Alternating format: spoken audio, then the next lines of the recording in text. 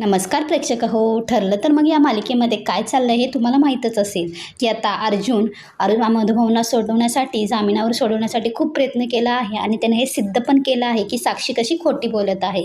तर आता 12 नोव्हेंबरच्या भागामध्ये कोर्टामध्ये सुनावणी असते. तर आता सुनावणीमध्ये अर्जुन म्हणत असतो तर साक्षी शिकरे कशी खोटी बोलली आणि हे पुराव्यासहित मी कोर्टात सिद्ध केलेच आहे मिलॉर्ड, असं आता अर्जुन म्हणत असतो. आणि साक्षी शिकरे अजूनही त्या रात्रीबद्दल खरं बोलत नाही, त्यामुळे त्याची शिक्षा मधुकर पाटलांना का मिळत आहे. आणि आता अर्जुन ॲडव्होकेट पवारांना म्हणत असतो की अजूनही तुमचं समाधान झालं नसेल आणि माझे क्लायंट मधुकर पाटील यांना बेल मिळायला नको असं तुम्हाला वाटत असेल ना, तर माझ्याकडे अजून एक पॉईंट आहे. विलासचा खून आश्रमाच्या जमिनीसाठी झाला होता असं हा मधुभाऊंचं स्टेटमेंट आहे. ती जमीन महिपत शिकरेला हवी होती. महिपत शिकरे एका जजला लाच देण्याच्या केसमध्ये अडकला आहे. पैसे चालून त्या जमिनीवरचा स्टे उचलण्याचा प्रयत्न केला होता त्याने. आता हे ऐकल्यावरती साक्षी आणि महिपत जरा नाराज होतात आणि आता महिपत खूप चिडतो, म्हणतो हा सुभेदार एका केसमध्ये दुसरी केस कसं काही अडकवतोय. आता साक्षी म्हणते शांत बसा जरा. त्यामुळे कोर्टाला अंदाज आलाच असेल मिलॉर्ड की महिपत कोणत्या लेवलचा क्रिमिनल असेल. सगळ्या म्हणजे केसवरून आपल्याला हे कळतं की मधुभाऊ किती साधे आणि डिसेंट आहेत. त्यांच्यावरचा आरोप अजूनही सिद्ध झाला नाहीये मिलॉर्ड. मग ते अजूनही जेलमध्ये का आहेत? जेलमध्ये ठेवणं हे बरोबर आहे का मिलॉर्ड? जेलमध्ये इतकं चांगलं वागणाऱ्या सिनियर सिटीजनला आपण किती दिवस जेलमध्ये ठेवणार आहोत? मधुभाऊ दररोज पोलीस स्टेशनच्या कॉन्टॅक्टमध्ये राहतील आणि दररोज पोलीस स्टेशनमध्ये हजेरी सुद्धा देतील. ची गॅरंटी त्यांचा वकील म्हणून मी तुम्हाला देतो मिलॉर्ड. त्यामुळे मी सादर केलेल्या कारणांमुळे मधुभाऊंना बेल मिळायलाच हवी असं म्हणून आता अर्जुन ती केस म्हणजे थांबवतो. तर आता इकडे अर्जुनला सायलीचं बोलणं आठवत असतं. सायली म्हणलेली असते की तुम्हाला दिवाळीपर्यंत वेळ आहे आणि दिवाळी संपल्यानंतर मी माझ्या आश्रमातल्या माणसांकडे निघून जाईल. तर आता कोर्टामध्ये थोडे सुनावणी थांबते आणि थोडा ब्रेक होतो. यानंतर इकडे सायली देवीआईसमोर प्रार्थना करत असते की अर्जुन सरांनी माझा विश्वास तोडला असेल, परंतु देवीआई माझा तुझ्यावर पूर्ण विश्वास आहे. मधुभाऊ सुटतील असं कौल तूच दिला होतास ना, परंतु आता सुटकेचे सगळे मार्ग बंद झाले आहेत. परिस्थिती पूर्ण विरोधात गेली आहे. त्यामुळे माझा तुझ्यावर पूर्ण विश्वास आहे की तू मधुभाऊंना सोडवशील, परंतु मनाची घालमेल काही थांबत नाहीये ग.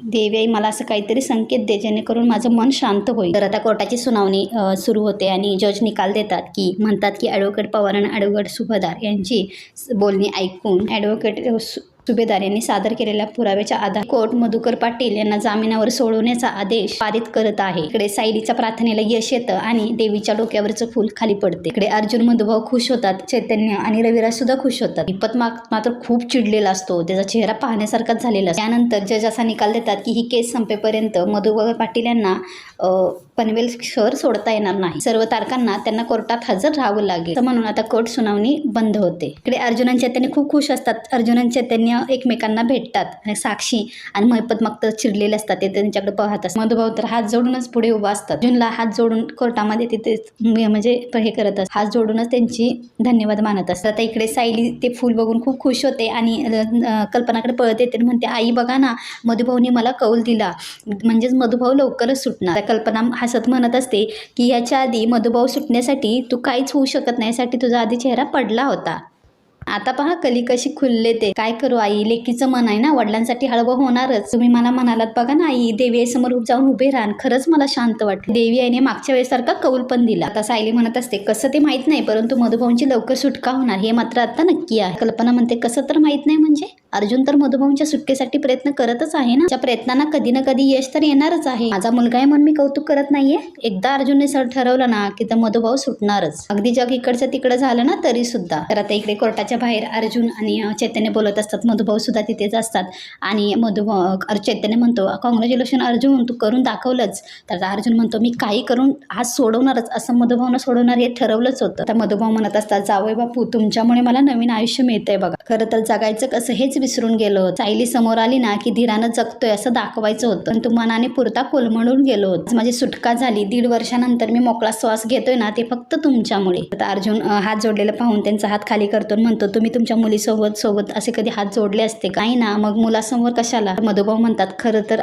मी फक्त आभार मानण्याचा प्रयत्न करतोय हो. शब्द खूप तोकडे पडतायत हो. तर अर्जुन चैतन्य म्हणत असतो की मधुभाऊ तुम्ही हे असे आभार बिभार मानलेत ना, तर हे बेलचे पेपर परत देऊन टाकेल असं म्हणून हसत असतात. आता अर्जुन अर्जुन त्यांच्या डोळ्यातलं पाणी पुसताना म्हणतो की आता रडण्याचे दिवस नाही, आता तुमचे आनंदाचे दिवस सुरू झाले. तर आता इकडे मधुभाऊ म्हणतात की सायली आज हवी होती इथं. तर मग चैतन्य म्हणतो की नाही, सायली वहिनी इथं असते ना तर कोर्टामध्ये अश्रूंचा ना महापूर आला असता. तर आता अर्जुन म्हणतो की तुम्हाला पुन्हा एकदा पोलीस स्टेशनमध्ये जावं लागेल, ज्या काही प्रोसिजर आहे त्या कंप्लीट कराव्या लागतील. तुमचा जेलर आहे ज्यावेळेला त्याच्यावर साईन करेल त्यावेळेला मी तुम्हाला न्यायला येईल, अगदी उद्या सकाळीच. त्यामुळे तुमची बेल ही सायलीला माझ्यातर्फे दिवाळीचं सरप्राईज गिफ्ट असेल. विराज तिथे येतात आणि म्हणतात मधुभाऊ अभिनंदन. तर लगेच मग इकडं मधुभाऊ म्हणतात की मनापासून आता रविराज अर्जुनला म्हणतो कॉंग्रॅच्युलेशन ज्युनियर, ग्रेट जॉब, मस्त केलंस आर्ग्युमेंट. अर्जुन म्हणतो थँक्यू सिनियर, मी जे काही शिकलोय ना ते तुझ्याकडे बघूनच शिकलोय असं म्हणून आता रविराज तिथून निघून जातात. आणि इकडे अर्जुन म्हणतो की उद्या मी मधुभाऊ येतोय, त्यामुळे उद्याची दिवाळी ही तुमच्या माणसांबरोबर असते. नंतर अर्जुन मागे पाहतो तर प्रिया असते. प्रिया जास्त घाबरलेली असते. प्रिया पटकन गाडीत बसते आणि निघून जाते. ते महिपत आणि साक्षी जात असतात. तेवढ्यात अर्जुन सिक्रेला आवाज देतो, सिक्रे कुठं पळताय, आज काही मिठाईचा बॉक्स नाही हातामध्ये, आश्रमात आणले होते तसे पेढे नाही आणले इथे, आज तर अख्ख्या पनवेलचं तोंड गोड करायला हवं. आमचे मधुभाऊ फायनली सुटलेत. वरती लगेच चैतन्य म्हणतो अर्जुन अरे असं कसं म्हणतोस तू, आपण केस जिंकलं ते पेढे वाटते पण वाटायला पाहिजेत ना, नाही का साक्षी. लगेच महिपत म्हणतो जास्त नका उडू तुम्ही, एक टाचणी मारली ना दोघांचा फुगा फुटेल. आता आम्ही काय केले, अजून तर मी तुला पेढा सुद्धा भरवला नाही असं अर्जुन म्हणतो. भरवणार सुद्धा नाही, त्या दिवशी पेढा तुला भरवेल ज्या दिवशी मी हे सिद्ध केले की विलासचा खून साक्षी शिक्रेने केलाय, मधुभाऊ इनोसंट आहेत. साक्षी म्हणते तुला जेवढी स्वप्न बघायची आहेत ना तेवढी बघ, ही हाणून कशी पाडायची ते मी बघते. आता अर्जुन म्हणतो शुअर, आणि बाय द वे मी तुम्हाला तुमच्या घरी पेढ्याचा बॉक्स पाठवेलच, तो स्वतःच्या हाताने खा. म्हणून अर्जुन आणि चैतन्य हसतच त्यांच्यासमोर निघून जातात. तर तिकडे अर्जुन आणि चैतन्य गाडीत असतात आणि अर्जुन खूप म्हणजे भारावून गेलेला असतो, त्याच्या डोळ्यात पाणी असतं. लगेच चैतन्य म्हणतो अर्जुन ठीक आहेस ना तू.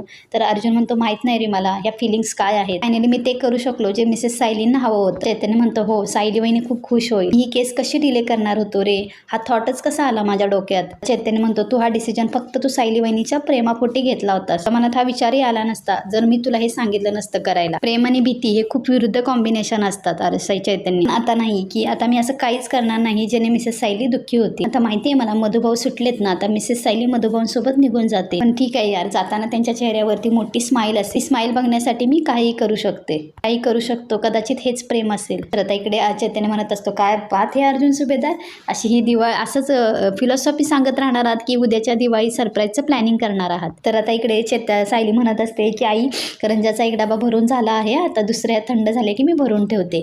लगेच इकडे कल्पना म्हणते विमल, देवीचा कौल मिळाल्यापासून एका मुलीचा उत्साह किती वाढला आहे, आधी चेहऱ्यावरती फक्त काळजी होती, आता बघ कामाचा वेग बघ किती वाढला आहे तिचा. सायली बाळा आम्हाला ना कायम तुला असंच हसताना बघायचं आहे. विमल पण म्हणत असते आता कसं सायली त्यांच्या मनासारखं होतंय ना, त्यामुळे त्यांच्या चेहऱ्यावरती हसू कायम असणार आहे, हो ना सायली ताई. तिकडे अर्जुन आणि चैतन्य येतात आणि म्हणतात की मम्मा मला तू पटकन कॉंग्रॅच्युलेशन कर. लगेच कल्पना म्हणते म्हणजे अर्जुन तुझी एक महत्वाची केस होती ना, तू केस तू जिंकलायस ना. लगेच मग चैतन्य म्हणतो अर्थात अर्जुननी काही मनावर घेतलं आणि ते करून दाखवलं नाही असं झालंय का कधी, असं म्हणून आता अर्जुन पेड्याचा बॉक्स पुढे करतो आणि म्हणतो तोंड गोड कर, निकाल आपल्या बाजूनी लागला आहे. कल्पना म्हणते अर्जुन तुझं मनापासून अभिनंदन. तर कल्पना सायलीला पेढा देते, सायली म्हणते अभिनंदन. सायली शांतच असते, सायली काहीच बोलत नसते. आता मित्रांनो पुढील भागामध्ये आपल्याला असं पाहायला मिळणार आहे की दिवाळीचा दिवस असतो आणि सायली पंथी लावत असते आणि त्यावेळेला अर्जुन, मधुभाऊ, चैतन्य आणि कुसुमताई येतात आणि सायलीला सरप्राईज देतात. सायली पळत पळत मधुभाऊंकडे येते आणि अर्जुननं सायलीला दिवाळीच्या दिवशी सरप्राईज दिलेलं असते. सायली मधुभाऊंना भेटते आणि मधुभाऊ म्हणतात की जावई बापूंनी बेलवरती सोडून आणलंय मला. नंतर सायली अर्जुनकडे पाहतच राहते आणि अर्जुन म्हणतो की तुम्हाला वाटतं इतकं वाईट नाहीये मी, आणि कानावरती हात पकडतो. लगेच सायली अर्जुनला भेटते. सायली पण खूप रडत असते आणि अर्जुन पण खूप खुश असतो. आज खूप असा इंटरेस्टिंग भाग असणार आहे उद्याचा. अशाच अपडेटसाठी आपल्या मराठी चॅनलला लाईक शेअर सबस्क्राईब